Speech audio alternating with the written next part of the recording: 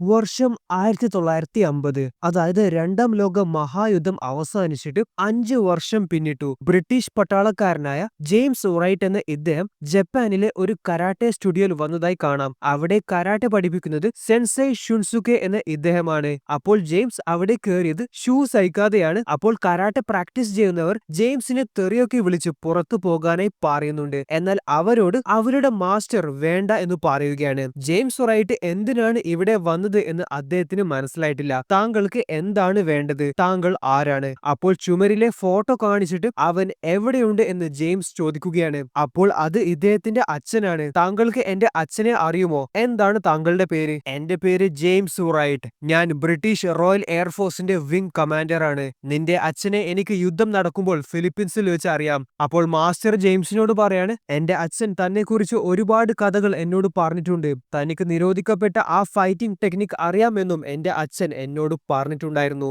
എന്നാൽ താൻ ഇപ്പോൾ ഇവിടെ കയറി വന്നത് എനിക്ക് മാത്രമല്ല എന്റെ കുടുംബത്തിന് ഒട്ടാകെ നാണക്കേടാണ്. തന്റെ ശിഷ്യന്മാരോട് ജെയിംസിനെ തല്ലാനായി ഷുൻസുകെ നിർദ്ദേശം കൊടുത്തു. നീ ഇവിടുന്ന് ജീവനോടെ പോകത്തില്ല എന്ന് അദ്ദേഹം ജെയിംസിനോട് പറയുകയാണ്. അപ്പോൾ ഇവിടെ കരാട്ടക്കാർ ജെയിംസിനെ തല്ലാനായി വന്നപ്പോൾ അവരെയൊക്കെ വളരെ നിസ്സാരമായിട്ടാണ് ജെയിംസ് തിരിച്ചടിക്കുന്നത്.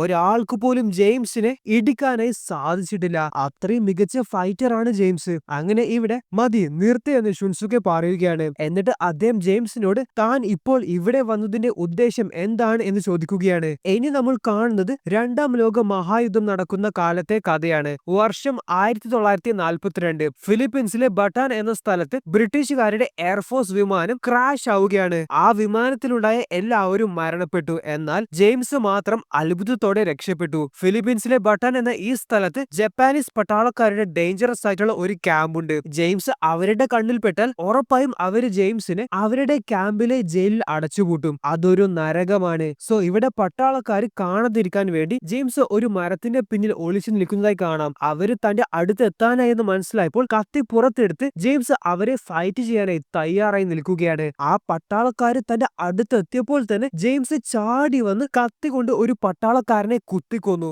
ശേഷം ബാക്കിയുള്ള 2 പട്ടാളക്കാരെയും ജെയിംസ് കൊന്നു കളയുകയാണ്. അപ്പോൾ അവിടെ ശബ്ദം കേട്ട് മറ്റു പട്ടാളക്കാര് ജെയിംസിനെ പിടികൂടനെ ഓടി വരികയാണ്. ജെയിംസ് എന്നാൽ അവരുടെ പിടിയിലാവാതെ ഓടി രക്ഷപ്പെട്ടെങ്കിലും അവസാനം ആ പട്ടാളക്കാര് ജെയിംസിനെ വളഞ്ഞു പിടിക്കുകയാണ്. എന്നിട്ട് ആ പട്ടാളക്കാര് ജെയിംസിനെ പിടിച്ച് ക്യാമ്പ് പ്രിസണിലേക്ക് കൊണ്ടുവന്നു. നിങ്ങൾ ഇവിടെ കാണുന്നതൊക്കെ ജപ്പാനീസ് പട്ടാളക്കാര് പിടികൂടിയ മറ്റു രാജ്യങ്ങളിലെ പട്ടാളക്കാരും ജോലിക്കാരുമാണ്. അവരൊക്കെ ജപ്പാനീസ് പട്ടാളക്കാരുടെ തടവിലാണ്. ഇദ്ദേഹമാണ് നമ്മൾ കഥയുടെ തുടക്കത്തിൽ കണ്ട കരാട്ടെ മാസ്റ്ററിന്റെ അച്ഛൻ. ബെഞ്ചിറോ എന്ന ഈ പട്ടാളക്കാരനാണ് ഈ സ്ഥലം കൺട്രോൾ ചെയ്യുന്നത്. അതായത് അദ്ദേഹമാണ് സീനിയർ ഓഫീസർ. അദ്ദേഹം പട്ടാളക്കാരോട് ഇവന്റെ തല വെട്ടിക്കൊന്നേക്ക് എന്ന് നിർദ്ദേശം കൊടുത്തു. അങ്ങനെ 3 പട്ടാളക്കാര് ജെയിംസിന്റെ തല വെട്ടി കൊന്നുകളയാനായി ജെയിംസിന്റെ കൈകൾ കെട്ടി കാട്ടിലേക്ക് കൊണ്ടുപോവുകയാണ്. ജെയിംസിന്റെ തല വെട്ടാൻ പോകുന്ന പട്ടാളക്കാരൻ ജെയിംസിനോട് മുട്ടുകുത്തി ഇരിക്കാനായി ഒച്ചത്തിൽ പറഞ്ഞു. അതിനുശേഷം അദ്ദേഹം വാൾ പുറത്തെടുത്ത് ജെയിംസിന്റെ പിന്നിൽ നിന്ന് തല വെട്ടാനായി പോവുകയാണ്. എന്നാൽ ജെയിംസ് ബ്രൈറ്റ് അദ്ദേഹത്തിന്റെ കാലിൽ ചവിട്ടി നിലത്തിട്ടു.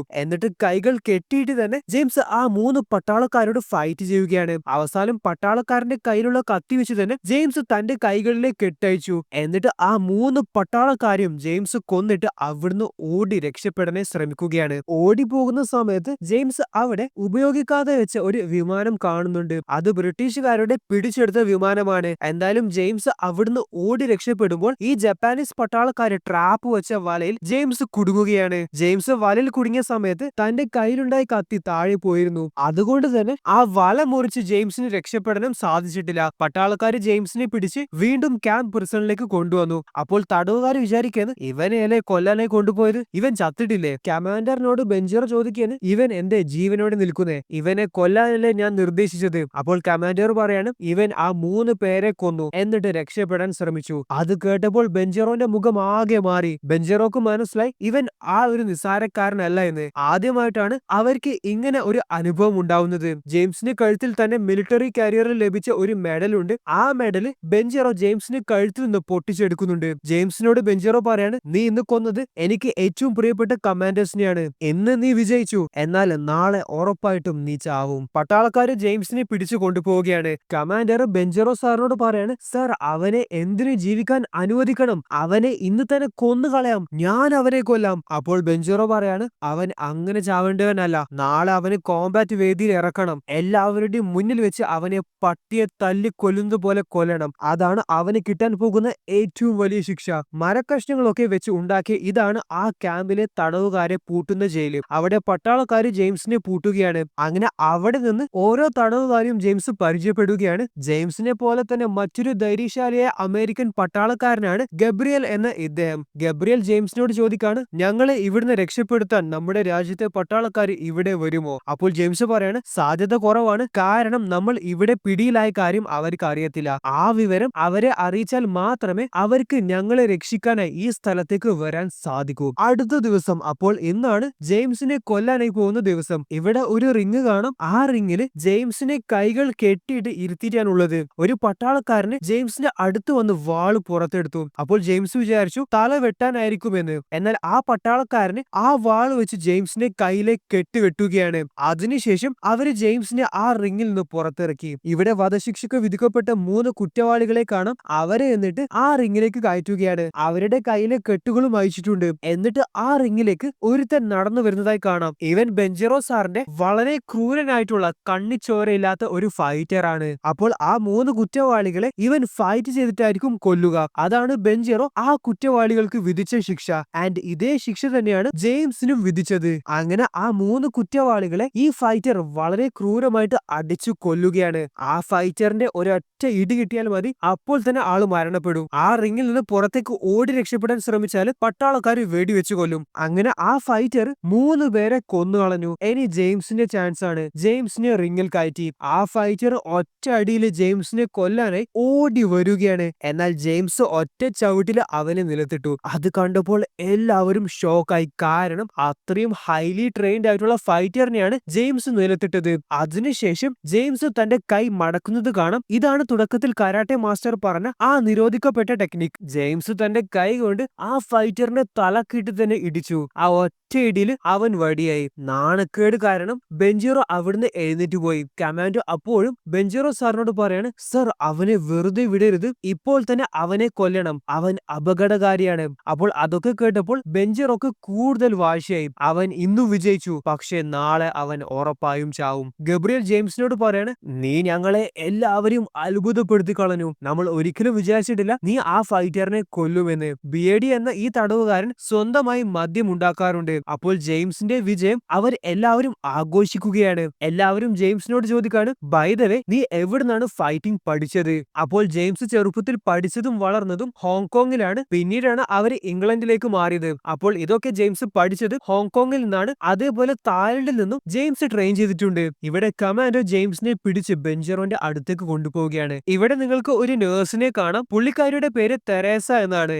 ജെയിംസ് പുള്ളിക്കാരിയുടെ മുഖത്തെ ഭയം കാണുന്നുണ്ട്. ബെഞ്ചറോ ജെയിംസിനോട്, നീ സ്കിൽഡ് ഫൈറ്റർ ആണ്, നീ എവിടുന്നാണ് ഫൈറ്റിംഗ് പഠിച്ചത് എന്ന് ചോദിച്ചു. അപ്പോൾ ജെയിംസ്, ഞാൻ പല ഇടങ്ങളിൽ നിന്നായിട്ട് ഫൈറ്റിംഗ് പഠിച്ചിട്ടുണ്ട് എന്ന് പറയുകയാണ്. ഇത് നിന്റെ മെഡൽ ആണല്ലേ? അതെ, എനിക്കത് വേണം എന്ന് ജെയിംസ് പറയുകയാണ്. എന്നാൽ ബെഞ്ചറോ അത് ജെയിംസിന് കൊടുത്തിട്ടില്ല. തന്റെ വാൾ എടുത്ത് ജെയിംസിന്റെ മുഖത്ത് ചെറുങ്ങനെ വെട്ടുകയാണ്.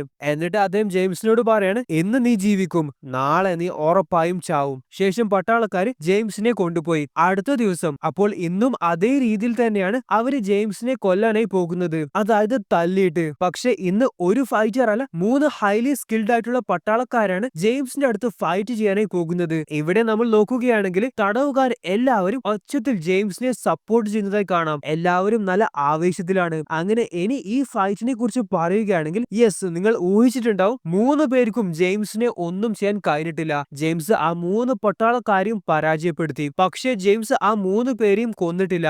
അങ്ങനെ ഇന്നും ബെഞ്ചറോക്ക് നാണക്കേടായി. അദ്ദേഹം അവിടുന്ന് എഴുന്നേറ്റ് അകത്തേക്ക് പോകുന്നതായി കാണാം. എല്ലാ തടവുകാരും ജെയിംസിന് വേണ്ടി ആർപ്പ് വിളിക്കുകയാണ്.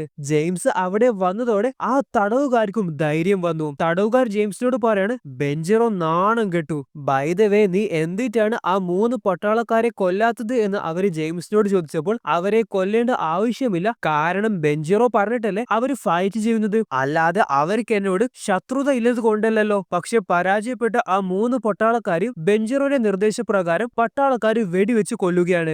ബെഞ്ചറോനെ നാണം കെടുത്തിയ പരാജയപ്പെട്ട 3 പട്ടാളക്കാര് ജീവിക്കേണ്ട എന്നതാണ് ബെഞ്ചറോന്റെ നിലപാട്. സോ ഇവിടെ ഗബ്രിയലിനോടും അതേപോലെ കോളിൻസ് എന്ന ഇദ്ദേഹത്തോടും ജെയിംസ് പറയാണ്, നമ്മൾക്ക് ഒരു റേഡിയോ കിട്ടുകയാണെങ്കിൽ അത് നമ്മുടെ പട്ടാളക്കാരെ വിവരം അറിയിക്കാൻ ഉപകാരപ്പെടും. ആ ദിക്കിൽ സ്ഥിതി ചെയ്യുന്ന ടവറിന്റെ മുകളിൽ റേഡിയോസ് ഉണ്ട്, അവര് കാണാതെ അതിൽ നിന്ന് ഒന്ന് അടിച്ചു മാറ്റണം. അടുത്ത ദിവസം സോ ഇന്നാണ് അവര് ഈ ടവറിൽ നിന്ന് റേഡിയോ അടിച്ചു മാറ്റാനായി പോകുന്നത്. ആ ടവറിന്റെ മുകളിൽ ഒരു പട്ടാളക്കാരൻ കാവൽ നിൽക്കുന്നുണ്ട്. അപ്പോൾ അവരെയൊക്കെ എങ്ങനെയെങ്കിലുമായി ഡിസ്ട്രാക്ട് ചെയ്യണം, എന്നാലേ കാര്യമുള്ളൂ. സോ അവരെ ഡിസ്ട്രാക്ട് ചെയ്യാനായി ജെയിംസിന് ഒരു ഐഡിയ കിട്ടി. ആ ഐഡിയ മറ്റു തടവുകാരോട് ജെയിംസ് പറയുകയാണ്. അപ്പോൾ സംഭവം എന്തെന്ന് വെച്ചാൽ ഈ തടവുകാര് ജോലി ചെയ്യുമ്പോൾ അവര് പ്രശ്നമുണ്ടാക്കുന്നത് പോലെ അഭിനയിക്കും. അതായത് തടവുകാർ തമ്മിൽ തന്നെ പ്രശ്നമുണ്ടാക്കി ബഹളം വെക്കുകയാണ്. അപ്പോൾ ആ തടവുകാരെ തടയാനായി പട്ടാളക്കാർ വരും. ഈ സമയത്ത് ആ ടവറിലുള്ള പട്ടാളക്കാരനും താഴെ ഇറങ്ങി വരുന്നുണ്ട്. ഈ സമയം ജെയിംസ് ആ ടവറിൽ കയറി അവിടുന്ന് റേഡിയോ എടുക്കുന്നുണ്ട്. ഇനിയുള്ള ടാസ്ക് ആരും കാണാതെ ആ റേഡിയോ അവരുടെ കിടക്കയുടെ അടിയിൽ ഒളിപ്പിക്കണം എന്നതാണ്.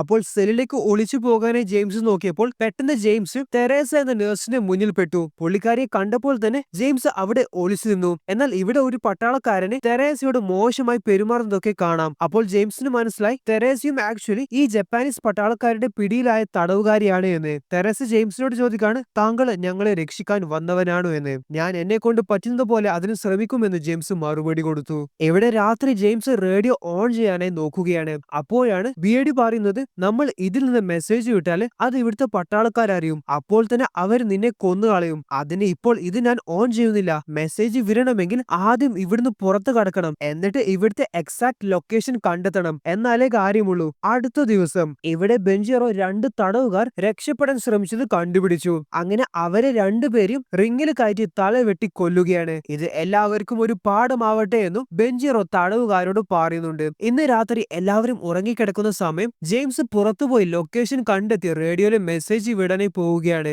അപ്പോൾ അവരെ പൂട്ടിയിട്ട് ഈ സ്ഥലത്തെ ഒരു ഭാഗത്തെ മരക്കഷ്ണം ലൂസാണ്, അത് അഴിക്കാൻ സാധിക്കും. അങ്ങനെ അത് അഴിച്ചു മാറ്റിയിട്ടാണ് ജെയിംസ് പുറത്തേക്ക് പട്ടാളക്കാരുടെ കണ്ണ് വെട്ടിച്ചു പോകുന്നത്. പക്ഷെ ഇവിടുന്ന് രക്ഷപ്പെടാൻ ജെയിംസിന് കഴിയത്തില്ല, കാരണം ഈ കാടിന് ചുറ്റും ഈ പട്ടാളക്കാരുടെ ട്രാപ്പ് ഉണ്ട്. സോ ഓടി രക്ഷപ്പെടാൻ സാധ്യമല്ല. സോ ഇവിടെ ജെയിംസ് കടൽ കാണുകയാണ്. അത് ഏത് ഭാഗമാണ് എന്ന് മാത്രം ജെയിംസിന് മനസ്സിലായിട്ടില്ല. ശേഷം ജെയിംസ് അവിടെ പിടിച്ചെടുത്ത ബ്രിട്ടീഷ് പട്ടാളക്കാരുടെ വിമാനം നോക്കുകയാണ്. അത് നോക്കിയപ്പോൾ ജെയിംസിന് മനസ്സിലായി അതിൽ ഇന്ധനമുണ്ട്, അത് വർക്കിംഗ് കണ്ടീഷനുള്ള വിമാനമാണ് എന്ന്. അങ്ങനെ തന്റെ അന്വേഷണമൊക്കെ കഴിഞ്ഞതിന് ശേഷം അതേപോലെ പട്ടാളക്കാർ ആരും കാണാതെ ജെയിംസ് തിരിച്ച് ജയിലിലേക്ക് കയറി. ഇവിടെ ഗബ്രിയലിനോടും കോളിൻസിനോടും ജെയിംസ് ആ വിമാനത്തെ കുറിച്ച് പറയുകയാണ്. അത് ആക്ച്വലി ഒരു ഗ്ലൈഡർ ഫ്ലൈറ്റ് ആണ്. അമേരിക്കൻസ് ഇവിടെ ഒരു അറ്റാക്ക് നടത്തിയാൽ ഉറപ്പായിട്ടും നമ്മൾക്ക് ആ വിമാനം എടുത്ത് ഇവിടുന്ന് രക്ഷപ്പെടാൻ സാധിക്കും. എന്നാൽ ഈ സ്ഥലം അവരെ അറിയിക്കണം, എന്നാലേ നമ്മുടെ പ്ലാൻ നടക്കൂ. സോ ഇവിടെ അടുത്ത ദിവസം ഇന്ന് അവര് ജെയിംസിനെ കൊല്ലാനായിട്ടല്ല പോകുന്നത്, മറിച്ച് ടോർച്ചർ ചെയ്ത്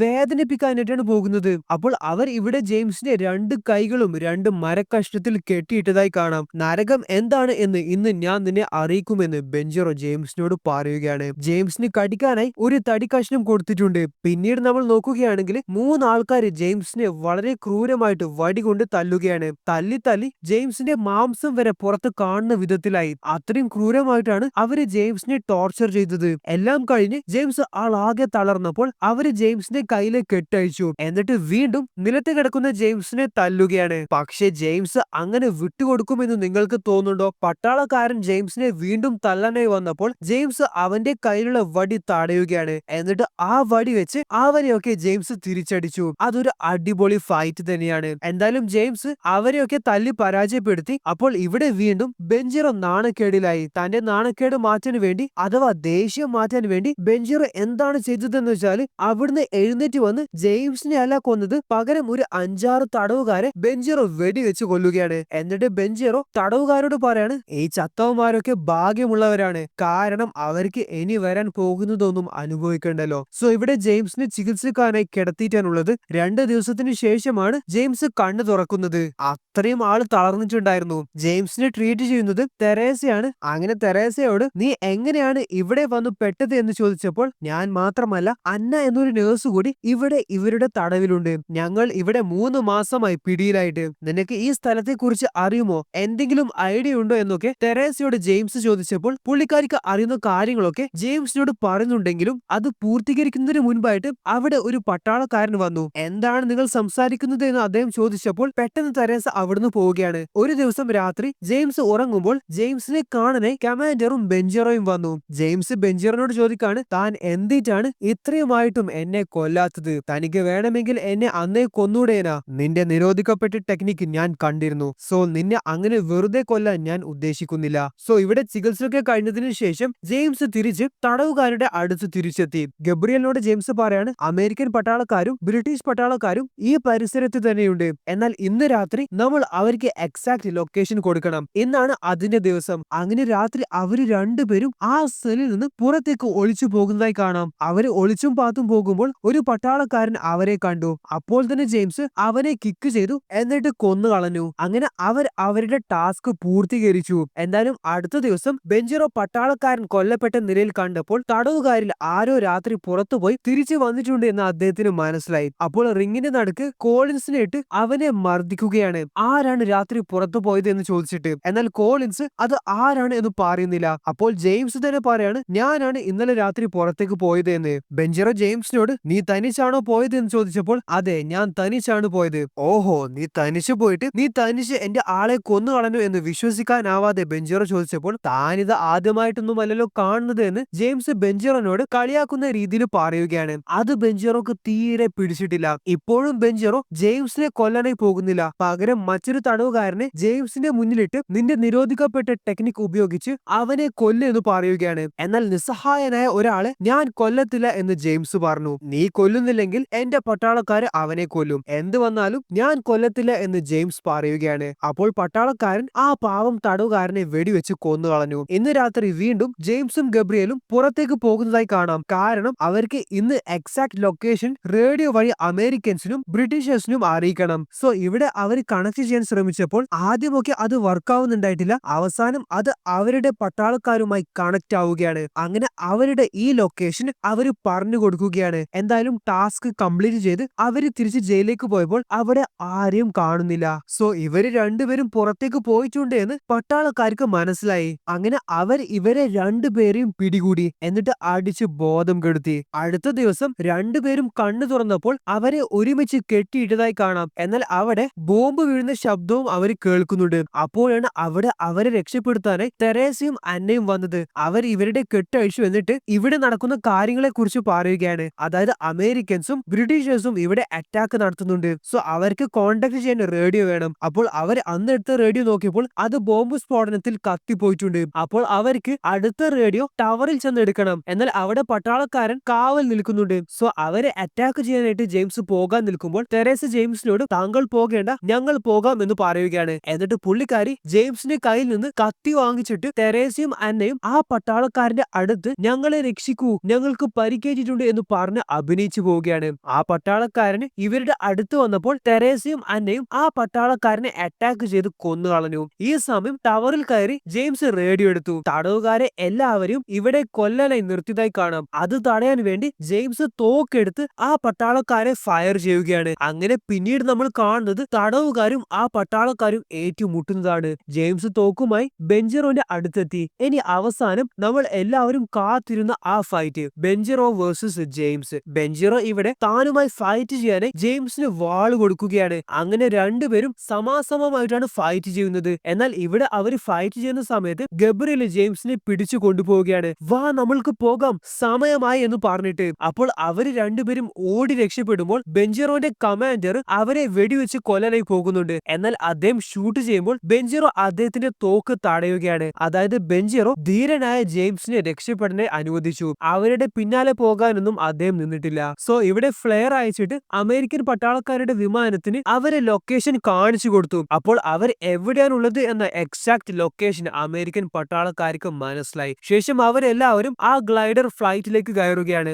അത് സ്റ്റാർട്ട് ചെയ്ത് അവരെ രക്ഷപ്പെടാനായി പോകുമ്പോൾ അവരെ എല്ലാവരും കൊന്നുകളയാനായി വീണ്ടും ജപ്പാനീസ് പട്ടാളക്കാർ വരുന്നതായി കാണാം. എന്നാൽ അവരെയൊക്കെ അമേരിക്കൻ പട്ടാളക്കാര് വിമാനത്തിൽ നിന്ന് ഷൂട്ട് ചെയ്ത് കൊന്നുകളഞ്ഞു. ശേഷം അവർ എല്ലാവരും ആ ഗ്ലൈഡറിൽ പറന്ന് രക്ഷപ്പെടുകയാണ്. അങ്ങനെ അവരൊക്കെ അവരുടെ വിജയം ആഘോഷിക്കുകയാണ്. ഇവിടെ ജെയിംസ് വിമാനത്തിൽ നിന്ന് നോക്കുമ്പോൾ അവിടെ ഇപ്പോഴും രക്ഷപ്പെടാൻ സാധിക്കാതെ തടവുകാരെ കാണാം. അവരെയൊക്കെ രക്ഷിക്കാനായി ഞാൻ വീണ്ടും തിരിച്ചു വരും എന്ന് ജെയിംസ് പറയുന്നുണ്ട്. സോ ഇവിടെയാണ് കഥ അവസാനിക്കുന്നത്. ഇപ്പോൾ വീണ്ടും 1950ലേക്ക് തിരിച്ചു വരാം. ഇവിടെ കരാട്ടെ മാസ്റ്ററിനോട് നിന്റെ അച്ഛൻ എവിടെ എന്ന് ജെയിംസ് ചോദിക്കുകയാണ്. എന്റെ അച്ഛൻ കഴിഞ്ഞ വർഷം മരണപ്പെട്ടു. അപ്പോൾ ജെയിംസ് ആദരാഞ്ജലികൾ പറഞ്ഞ് അവിടുന്ന് മടങ്ങുമ്പോൾ അദ്ദേഹം ജെയിംസിനോട് നിൽക്കാനായി പറയുകയാണ്. തന്റെ ശിഷ്യന്മാരോടെല്ലാം പോകാനായി മാസ്റ്റർ പറഞ്ഞു. അദ്ദേഹം എന്നിട്ട് ജെയിംസിനെ ചലഞ്ച് ചെയ്യുകയാണ്. എന്റെ അച്ഛൻ പറഞ്ഞിരുന്നു താങ്കൾക്ക് നിരോധിക്കപ്പെട്ട ആ ടെക്നിക് അറിയാമെന്ന്, എനിക്ക് അത് കാണണം. അങ്ങനെ അവര് രണ്ടുപേരും ഫൈറ്റ് ചെയ്യുകയാണ്. ഫൈറ്റിൽ വളരെ നിസ്സാരമായിട്ട് തന്നെ മാസ്റ്ററിനെ ജെയിംസ് പരാജയപ്പെടുത്തി.